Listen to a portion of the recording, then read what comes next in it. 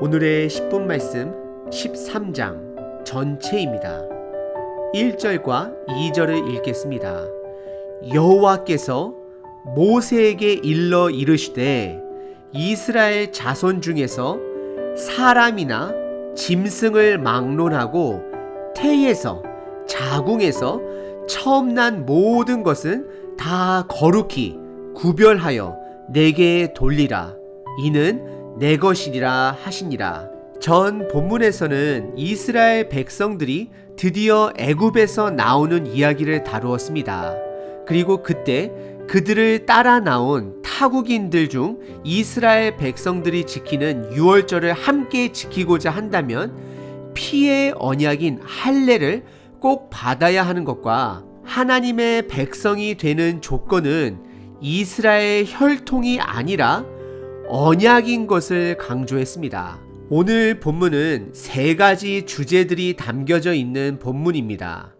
그중 가장 중요한 것은 유월절을 중심으로 하나님께서는 이스라엘 백성들에게 그들 중에 처음으로 난 것, 즉 사람이든 동물이든 첫 것은 모두 다 하나님께 드려져야 한다 명령하십니다. 왜 하나님께서 첫 장자의 소유권을 강조하셨을까요? 그럼 장자가 아닌 것은 하나님의 것이 아닌가요? 오늘 본문을 통해 하나님의 마음을 이해함으로 우리에게 주어진 복음의 값어치를 다시 한번 깨닫는 시간 되시길 바랍니다.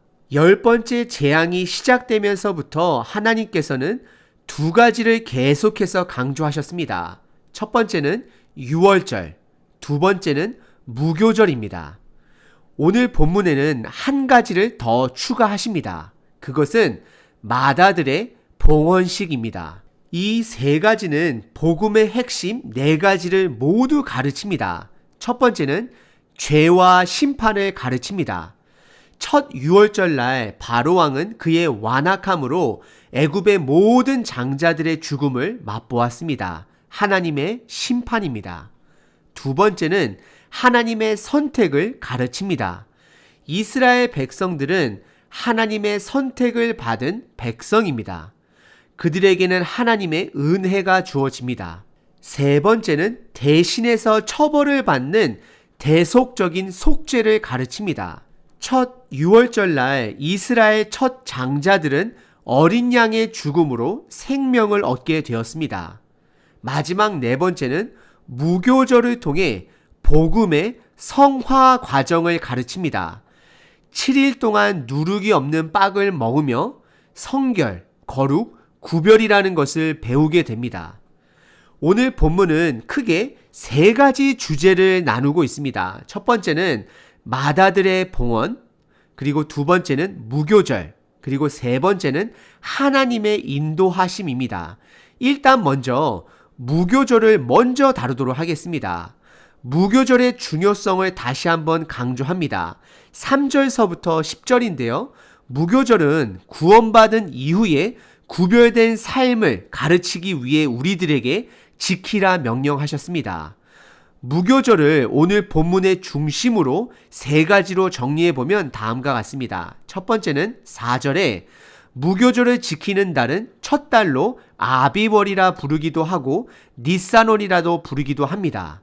이것은 현재 달력으로는 3, 4월로 곡물의 수확과 동시에 건기가 시작되는 달입니다. 두 번째는 아비월, 즉 첫 달 14일 저녁에는 유월절 어린 양을 잡고 그 다음 날인 15일부터 7일 동안 21일까지 무교절로 누룩이 들어가지 않은 음식, 효소가 들어가지 않은 음식을 먹으며 그 날들을 지킵니다.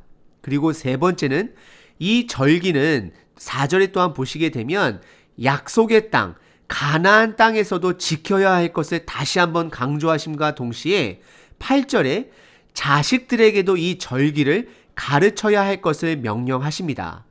결국 무교절을 통해 하나님이 구원해 주셨다라는 것과 동시에 이스라엘 백성들은 하나님만을 섬기며 구별된 삶을 살아야 함을 가르치라 명령하십니다. 그럼 이제 마다들의 봉헌과 하나님의 인도하심이라는 주제가 남았는데, 먼저 하나님의 인도하심 주제를 간단하게 정리하겠습니다. 세 가지 인도하심이 있습니다. 첫 번째는 주권적인 인도, 두 번째는 언약적 인도, 마지막 세 번째는 눈으로 보이는 가시적 인도. 우선 먼저 주도권적 인도는 17절과 18절, 하나님께서는 애굽에서 나와 가까운 블레셋 사람의 땅의 길로 가지 아니하시고 홍해의 광야의 길로 돌아가서 인도함과 동시에 그 이유를 말씀하십니다. 그 이유는 블레셋 사람들의 땅의 길로 가게 될 경우 전쟁을 해야 하는데, 그렇게 되면 아직 준비되지 않은 이스라엘 백성들이 다시 애굽으로 돌아갈 것을 아시고 그들을 훈련시키기 위해 홍해의 광야길로 선택하신 하나님을 드러내십니다. 이것은 하나님께서 이스라엘 백성들을 어느 누구보다도 더 잘 아시기 때문에 주도권을 가지시고 부족한 이스라엘 백성들을 인도하시는 모습을 보여주고 있습니다. 그리고 두 번째 인도하심은 언약적 인도하심입니다. 19절과 20절에 보시면 요셉의 유고를 애굽에서 가지고 나와 약속의 땅으로 함께 가지고 가는 내용입니다. 19절에 모세가 요셉이 살아 생전 이스라엘 백성들에게 단단히 맹세한 대로 그들은 요셉의 명령을 기억하고 그의 뼈를 가지고 나옵니다. 이것은 요셉이 죽고 나서도 하나님이 조상 아브라함에게, 그리고 할아버지 이삭에게, 그리고 아버지 야곱에게 전해진 약속의 말씀을 신뢰하며 요셉 스스로가 그의 후손들에게 본인의 뼈를 꼭 약속의 땅에 묻어달라 요청한 것입니다.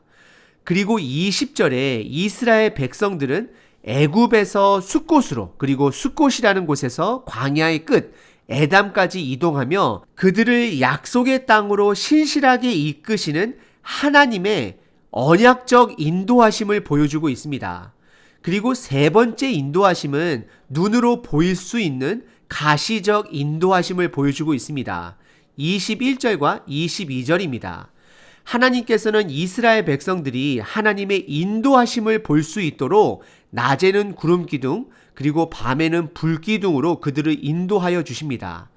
하지만 40년 광야의 역사를 통해 우리가 기억하는 것은 이스라엘 백성들의 불순종입니다. 이스라엘 백성들은 하나님의 주권적인 인도하심도 경험하고 언약적인 인도하심도 경험했습니다. 그리고 더 나아가 육안으로 볼 수 있는 기적 같은 불기둥과 구름기둥으로 그를 인도하시는 하나님을 경험했지만, 이 모든 것을 눈으로 보면서도 감사함이 아닌 이제는 하나님의 기적에 익숙해짐으로, 하나님의 은혜에 익숙해짐으로 하나님이 하나님됨을 애굽의 바로왕처럼 망각하기 시작했습니다. 그래서 하나님은 유월절을 매년 기념하라 말했고 무교절 또한 동시에 기억해야 함을 말씀하셨습니다. 하지만 오늘 본문에서는 한 가지 더 기억해야 될 것을 가르치십니다. 그것은 마다들의 봉헌식입니다. 1절에 하나님께서는 모세에게 이스라엘 자손 중에 동물이든 사람이든 태에서, 즉 자궁에서 난 처음 난 것들을 거룩하게 구별하여 하나님께 돌려야 함을 말하고 있습니다. 그럼 다음과 같은 질문을 가질 수 있습니다. 첫 것이 아닌 것들은 하나님의 것이 아닌가? 그것은 아닙니다. 모든 것이 하나님의 것입니다. 첫 장자는 대표적 성격을 갖습니다. 축구나 농구와 같은 단체 종목에서 한 팀이 우승을 하게 되면 한 사람이 대표로 나가 그 상을 받습니다. 그 사람은 모든 선수들을 대표로 하여 상을 받는 것입니다. 국가대표는 국가를 대표해서 상을 받는 것입니다. 하나님은 처음 난 것을 구별하라 말씀하시며 모든 것이 다 하나님께 속한 것임을 주장하고 계시는 것입니다. 출애굽기의 10가지 재앙 전에 하나님께서는 모세를 통해 바로왕에게 이스라엘 백성들은 내 아들이다 선포하셨습니다. 출애굽기 4장 23절에 내가 내게 이르기를 내 아들을 보내주어 나를 섬기게 하라 하여도 내가 보내주기를 거절하니 내가 내 아들 내 장자를 죽이리라 하셨다 하라 하시니라 라고 말씀하십니다. 하나님은 창조주이십니다. 이 세상 모든 것의 주인이십니다. 하나님께 드리는 11조는 10분의 1만 하나님의 것이라는 것이 아니라 나에게 주신 모든 것이 하나님의 것인데 10의 하나를 하나님께 드리면서 나의 모든 것이 하나님의 것이라 고백하는 것이 바로 순수한 11조의 목적인 것입니다. 하나님은 맏아들의 장자권을 요구하시면서 우리들 모두가 하나님의 것임을 가르치시고 있는 것입니다. 그래서 14절에 하나님의 장자권 규례를 지키는데 내 아들이 내게 묻기를 이것을 왜 하는 것이냐라고 묻게 되면 그들에게 역사적인 배경과 하나님이 구세주인과 주인됨을 그들에게 가르치라 하나님은 명령하십니다. 하지만 특이한 것은 11절서부터 16절 맏아들의 봉헌식이 나와 있는데 그 중에서 12절에 가축의 처음 것은 제물로 하나님께 드려야 함을 말씀함과 동시에 예외 하나를 말씀하고 있습니다. 그것은 나귀의 첫 새끼는 하나님께 드리지 말고 양으로 대신하라 말씀하십니다. 그리고 양이 없을 경우에는 13절에 그냥 그 첫 새끼 나귀의 목을 꺾어 죽음으로 하나님께 드려야 할 것을 말씀하십니다. 나귀는 하나님께서 거룩하지 못한 동물로 분류하셨습니다. 나귀는 먹지 못하게 하셨습니다.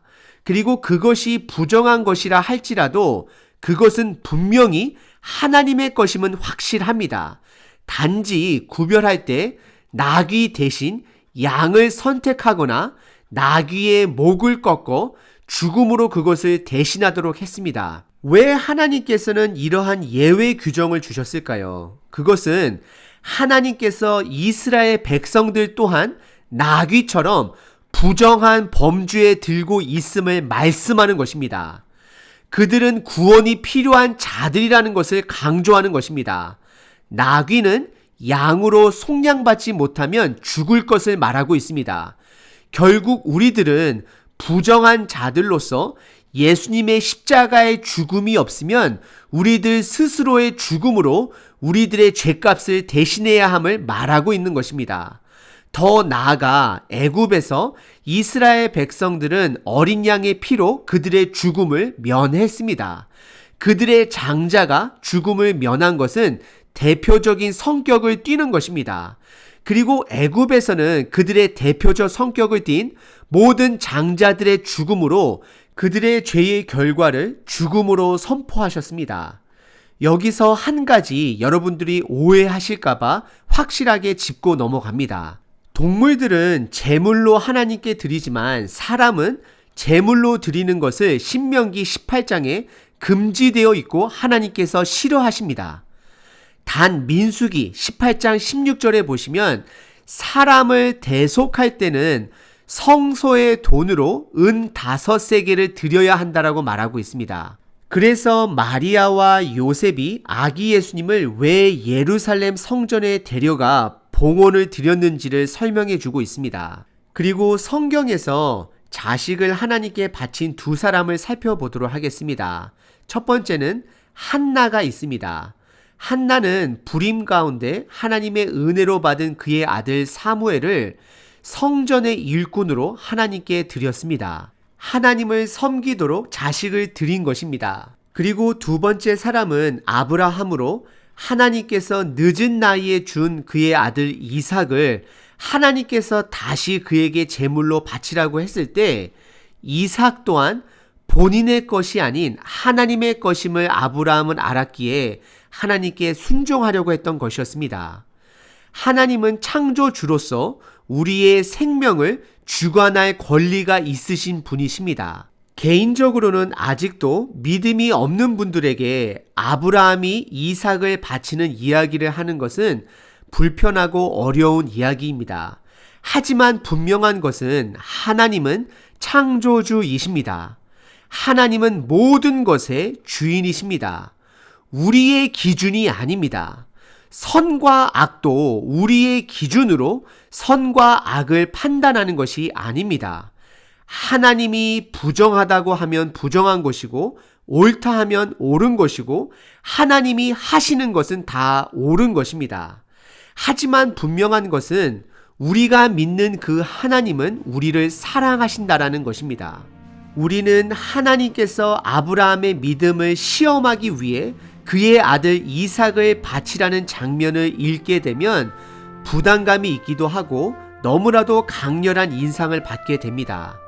때로는 누군가는 말도 안 된다라고 말하고 싶을 때도 있을 것입니다. 하지만 반대로 하나님께서 우리들을 위해 그의 아들 독생자 예수를 십자가에 죽게 한 이야기는 아무런 감흥 없이 받아들이거나 너무 많이 들었기에 이제는 식상하기도 하고 당연하게 받아들이기도 합니다. 내 자식의 입장에서 이런 일들이 벌어지게 되면 하늘이 무너지는 것이고 하나님의 입장에서 그의 아들을 우리의 죽음으로 주는 것은 당연하게 생각할 때가 너무나도 많게 된 현실인 것입니다. 오늘은 여러분들께서 두 가지를 진지하게 생각해 보시길 바랍니다. 여러분들의 생명은 예수님의 죽음으로 대가를 치른 생명입니다. 하나님은 우리의 주인이 되십니다. 하지만 하나님은 바로왕처럼 폭군이 아니시기에 우리들 스스로가 하나님을 주인으로 인정하고 하루하루를 하나님의 통치권 아래 동행하기를 원하고 계십니다. 여러분들 오늘 하루는 엄청난 대가를 치르고 얻어진 하루라는 것을 기억하시길 바랍니다. 두 번째는 우리들의 자식들입니다. 우리들의 자식들은 부모의 기쁨을 위해 존재하지 않습니다. 하나님의 기쁨을 위해 존재합니다. 혹시 내 자녀에게 내가 이루지 못한 이 땅에서의 성공을 강요하고 있지는 않으신가요? 여러분들의 자녀의 주인은 여러분들이 아닙니다. 하나님이 주인이십니다. 하나님을 신뢰하시고 여러분들의 자녀를 미래의 주님의 동역자로 키우셔야 합니다. 지금 내가 숨쉬고 있는 이 순간, 예수님의 피값으로 얻어진 순간이라는 것을 기억하시길 바랍니다.